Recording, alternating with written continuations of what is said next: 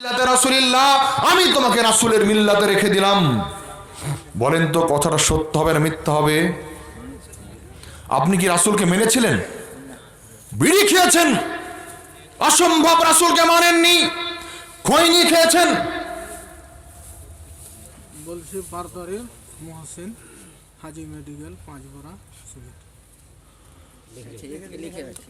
কি নাম বললেন? হাজি মহসিন সাহেব 5 বস্তা সিমেন্ট দিয়েছে। আল্লাহ রাব্বুল আলামিন যেন কবুল করেন, আমিন। লিখে নেন, হাজি মহসিন মেডিকেল। শুনুন, কখনো এই কথা সত্য হবে না। আল্লাহ রাব্বুল আলামিন ঘোষণা করছেন সূরা মাইদা 90 নম্বর আয়াত।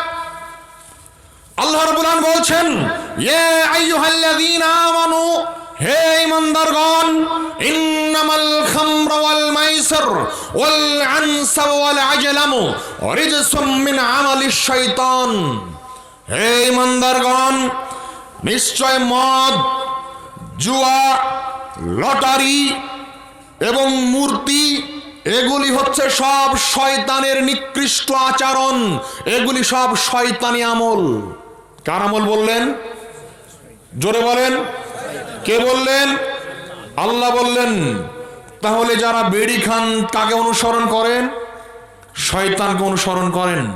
আল্লাহ বলছেন, যারা নেশা পান করে, মদ খায়, যারা মুড়ে মুড়ে লটারির ব্যবসা করে, লটারি চলে না ব্যবসা, যারা লটারির ব্যবসা করে, যত মানুষ লটারি ব্যবসা করে এরা সব হারামখোর।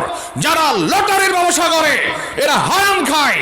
যারা লটারির ব্যবসা করে এরা শয়তানের অনুসরণ করে।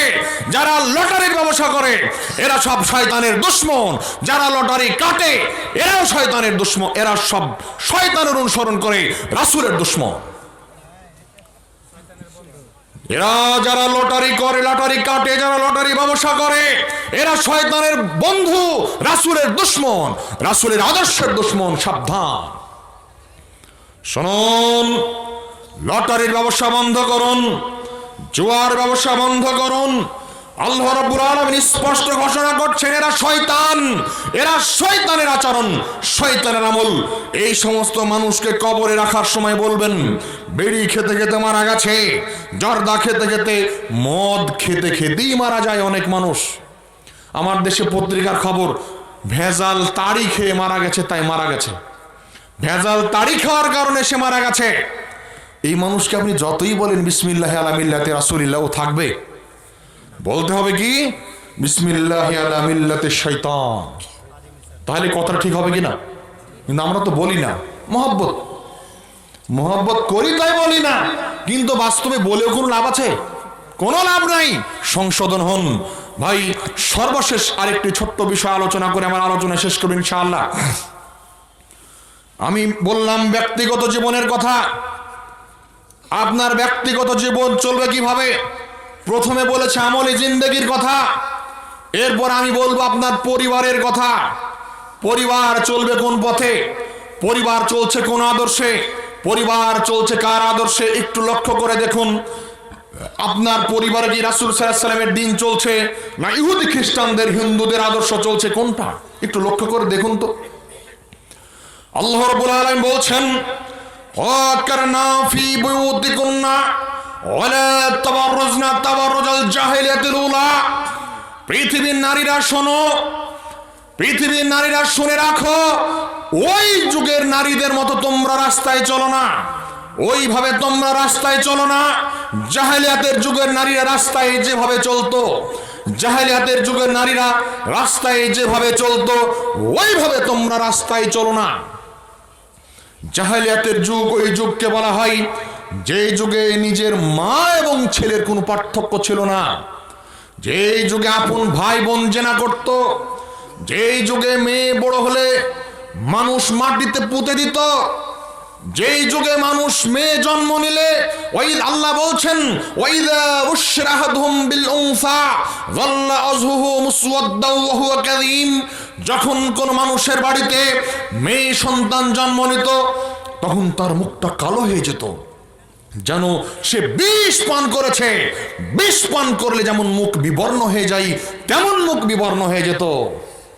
10 মিনিট আছে। আচ্ছা, সম্মানিত ভাতৃমণ্ডলী, এমত অবস্থা আপনাকে আমি কয়েকটি হাদিস শোনাচ্ছি, একটু মনে করুন। রাসূল সাল্লাল্লাহু আলাইহি সাল্লাম বলছেন, স্পষ্ট ভাষায় ঘোষণা দিচ্ছেন, লা তুবাসিরুল মারাত ওয়াল মারাত ফাতানাতহা লিজাওজিহা কান্নাহু ইয়ানজুরু ইলাইহা। রাসূল সাল্লাল্লাহু আলাইহি সাল্লাম বলছেন, লা তুবাসিরুল মারাত ওয়াল মারাত, একজন মহিলা যেন একজন মহিলার শরীরে হাত না দেয়, একজন মহিলা যেন অপর একজন মহিলার শরীরে হাত না দেয়। লেখানা সাজাউজিহা কান্নাহু ইয়ানজুরু ইলাইহা, তাহলে যেই মহিলা কোনো মহিলার শরীরে হাত দিবে সে তার স্বামীর নিকটে গল্প করবে, অমুকের শরীরটা এরকম, অমুকের শরীর এই ধরনের। তখন সেই স্বামী ওই মহিলাকে অন্তরের চোখ দিয়ে দেখবে, যার ফলে তার অন্তরের জেনা হয়ে যাবে। কি বুঝলেন? হাদিস সহিহ বুখারী মুসলিম। আপনার মেয়েকে হলুদ মাখাচ্ছেন বিবাহের অনুষ্ঠানে, পাড়া প্রতিবেশী, বেগানা নারী, ভাবি আপনার মেয়েকে হলুদ মাখায়। হলুদ মাখা অনুষ্ঠান চলে, এই হলুদ মাখা অনুষ্ঠানে মন মাখা পথে হারাম। আপনার মেয়েকে কোনো নারী হাত দিতে পারবে না। যদি হলুদ মাখাতেই হয়, মা মাখাবে, দাদি মাখাবে, খালা মাখাবে, ফুফু মাখাবে, এরা মাখাবে, অন্য কোনো মহিলা হাত দিতে পারবে না। সম্মানিত ভাতৃমণ্ডলী, উকবা ইবনে আমির রাদিয়াল্লাহু তাআলা বলেন, রাসূল সাল্লাল্লাহু আলাইহি সাল্লাম বলেছেন, ইয়াকুমুদ দুখুলান নিসায়ে, পৃথিবীর নারীরা মানুষ শোনো, পৃথিবীর মানুষ শুনে রাখো, তোমরা নারীদের নিকট যাওয়া থেকে বিরত থাকো, নারীদের নিকটে যাবে না। ফাকালা রাজুলুন আনসারী, একজন আনসারী সাহাবী বলছেন, ইয়া রাসূল আফারাইতাল হামু, আপনি দেবর সম্পর্কে কি বলছেন? দেবর ভাবি তো এক বাড়িতেই থাকে, দেবর সম্পর্কে কি বলছেন? বুখারী মুসলিমের হাদিস। রাসূল সাল্লাল্লাহু আলাইহি সাল্লাম বলছেন, আল হামুল মাউত, দেবর হচ্ছে মরণের মতো, দেবর হচ্ছে মৃত্যুতুল্য। সম্মানিত ভাতৃমণ্ডলী, এক বাড়িতে দেবর এবং ভাবি থাকে, ভাবি দেবরকে মনে করবে এটা নাগিন সাপ, দেবর ভাবিকে মনে করবে এটা নাগিনা সাপ, এটা গোখরা সাপ, আমার দিকে তাকালে আমি মারা যাব, আমাকে কামড়ালে আমি মারা যাব। মরণকে যেমন ভয় করেন ভাবিকে তেমন ভয় করবেন, দেবরকে তেমন ভাবি ভয় করবে। সম্মানিত ভাতৃমণ্ডলী, বাড়িতে হকার আসে জিনিসপাতি বেচতে, আপনার স্ত্রী হাসি খেলা করে, তার সাথে কথা বলে, মেয়ে কথা বলে, হাসি খেলা করে, আপনি কিছুই বলেন না, আপনি হচ্ছেন দায়ুস। মেয়ে যুবতী হয়েছে, মেয়ের দিকে মানুষের আকর্ষণ এসেছে, আপনার মেয়ে একেবারে বেহায়ের মতো কলেজে যাই, ইসলামী পোশাক পরান না। সম্মানিত ভাতৃমণ্ডলী, সাবধান। রাসূল সাল্লাল্লাহু আলাইহি সাল্লাম বলছেন, সালাসাতু কদ হারামা আলাইহিমাল জান্নাহ, তিন শ্রেণীর মানুষের জন্য জান্নাত হারাম, তার মধ্যে আপনি একজন, আপনার জন্য জান্নাত হারাম। সম্মানিত ভাতৃমণ্ডলী, অবশ্যই রাসূল সাল্লাল্লাহু আলাইহি সাল্লামের আরেকটি হাদিস শুনুন। রাসূল সাল্লাল্লাহু আলাইহি সাল্লাম বলছেন, নিসাউন কাসিয়াতুন আরিয়াতুন, নারীরা পোশাক পরে থাকবে উলঙ্গ পোশাক, মেয়েরা পোশাক পরে থাকবে উলঙ্গ পোশাক। উলঙ্গ পোশাক মানে যে পোশাক পরলে মহিলার শরীর স্পষ্ট বোঝা যায়। আপনার মেয়ের শরীর স্পষ্ট একটা যুবক বুঝতে পারে, আপনার স্ত্রীর পেট পিঠ সব দেখা যায়, একে বলে উলঙ্গ পোশাক। নিসাউন কাসিয়াতুন আরিয়াতুন, উলঙ্গ পোশাক পরে থাকবে নারীরা। আপনার মেয়ে এমন একটা চুস প্যান্ট পরে আছে, চুস পায়জামা পরে, আপনার মেয়েরা পরে না? চুস পায়জামা পরে থাকা আর উলঙ্গ হয়ে থাকা একই বিষয়, শুধু চামড়ার রং বদলানো। বুঝতে পেরেছেন? চুস পায়জামা পরার উলঙ্গ হয়ে থাকা একই বিষয়, শুধু চামড়ার রং বদলানো। মানে পায়জামার রংটাই চামড়ার রং ধরে নেন। শুনুন, এটা হচ্ছে উলঙ্গ পোশাক। মেয়েকে টি শার্ট পরান, শার্ট পরে, জিন্সের প্যান্ট পরে, আপনার মেয়ে টাইট ফিটিং প্যান্ট পরে, ছেলেদের পোশাক পরে। রাসূল সাল্লাল্লাহু আলাইহি সাল্লাম বলছেন, তিন শ্রেণীর মানুষ জান্নাতে যাবে না, কখনোই যাবে না। তার মধ্যে একজন হচ্ছে রাজুলাতু মিনান নিসা, আর রাজুলাতু মিনান নিসা, ওই মহিলা, যেই মহিলা পুরুষের বেশ ধারণ করে, যেই মহিলা পুরুষের পোশাক পরে। আপনার মেয়ে পুরুষের মতো চুল কাটে, পুরুষের প্যান্ট পরে, আপনার মেয়ে জান্নাতে যাবে না।